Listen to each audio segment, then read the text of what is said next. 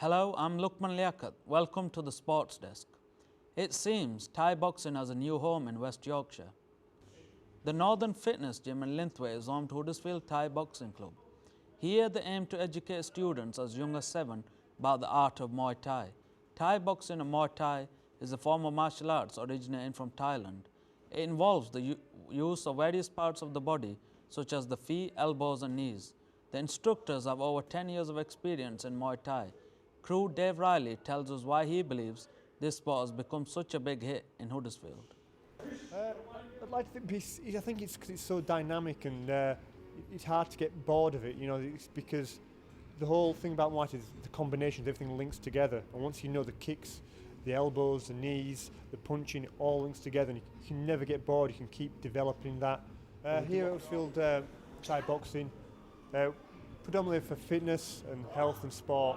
Yeah, we're not just about fighting, it's also about the whole art of Muay Thai. UK Sport recently announced that British basketball is to be given a year to complete the criteria required for their funding to continue onto the Rio 2016 Olympic Games. If Team GB fails to succeed in the coming year, then the whole of British basketball could be in trouble, as the funding could affect basketball at the grassroots level. If prices to play go up due to a lack of funding, participation numbers may dwindle. Former Manchester Giants guard Jeff Curtis has been running a development scheme based in Tameside, Greater Manchester. He has been working with the local council to bring kids off the streets and to basketball, giving them a viable alternative to football. His coaching scheme is one of many that will be affected as kids come to play on a regular basis.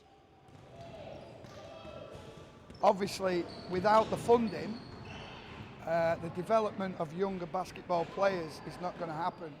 If you take the borough of Tameside now, we have increased our fees from £1 an hour to £3, and we're already feeling the effect of losing children playing basketball. If the funding is stopped totally, then participation is going to be nil. Australian rules football continues to grow in popularity throughout the UK, and Huddersfield Rams are benefiting from the sport's increasing profile. The game has proved to be a hit in the Yorkshire town. Numerous players have been called up to the national team, and the number of new recruits is rising steadily year on year since the club formed.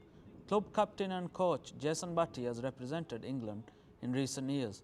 Now he is putting the players through their paces on this, the club's first training session before the new season, which begins in March.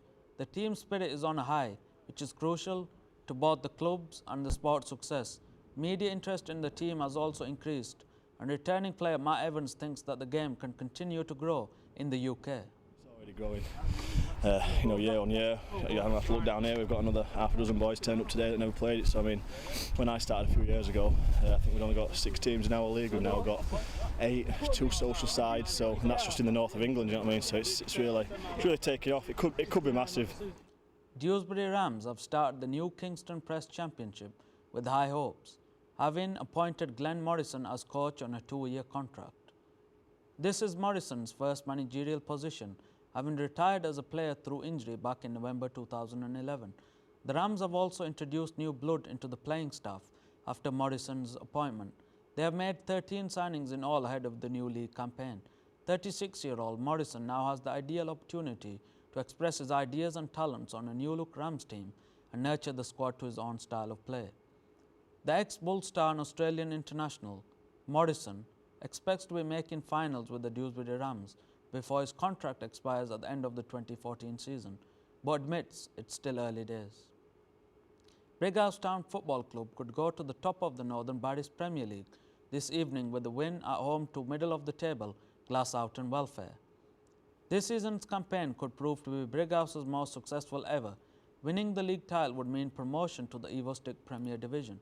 The West Yorkshire outfit, managed by Paul Quinn, has also seen their run in the FA Vase Trophy come to a disappointing end after a string of impressive displays against higher league opposition. The recent good run of form has seen supporter interest increase over the last few months, something which the club hope can see them through until the end of the season. Paul's got a bunch of lads that are very honest and hard working. That's part of the ethos of the club. he only goes for certain types of player, whether they're good enough or not. They've got to have the same character, and he's got that, and I'm sure they'll work very hard and get the look they deserve. The atmosphere at the club and the way things are going, it's fantastic. So we're very confident that if we get 3 points today, we can push on again from there. The Lawn Tennis Association has recently had £10 million of funding withheld because fewer people are playing tennis. However, female participation has risen sharply after the success Laura Robson and Heather Watson had in 2012. Huddersfield Lawn Tennis and Squash Club possess excellent tennis facilities thanks to local and private investment. This includes 4 indoor hard courts, 4 artificial grass courts and 1 all-weather acrylic court. In 2012, registered female members of the LTA were up 17% from the previous year, and an estimated 100,000 under-18s are now LTA members. Although during our time at the club, most of the players were of the older generation. Ellie Brown is 8 years old and from Huddersfield. Although there are many players like Ellie, at £24 per hour, it is clear to see why a lot of youngsters only play for fun. The winter months may not be the best time to play a round of golf, but it is a great time to start the sport. Many golf clubs have seen attendances drop due to adverse weather conditions. However, the driving ranges are always available during the winter and are important for people maintaining their performance. A driving range is a perfect place to learn or develop the golfing skills that are needed to tackle a golf course. There's quite a few driving ranges setting up their own academies for people to learn the sport. Longley Park Golf Club is hoping to bring in those novices from the local community to the golf course, a move that will hopefully increase the club's members. We are looking at tying up with the local schools around here to do a bit of golf coaching both in the schools and down at the course. So we're hoping again to have some tie-ups with the local community to maybe introduce some new members and get some more funding into the club. That's it from now. That's it from the sports desk for now. There'll be more in 30 minutes.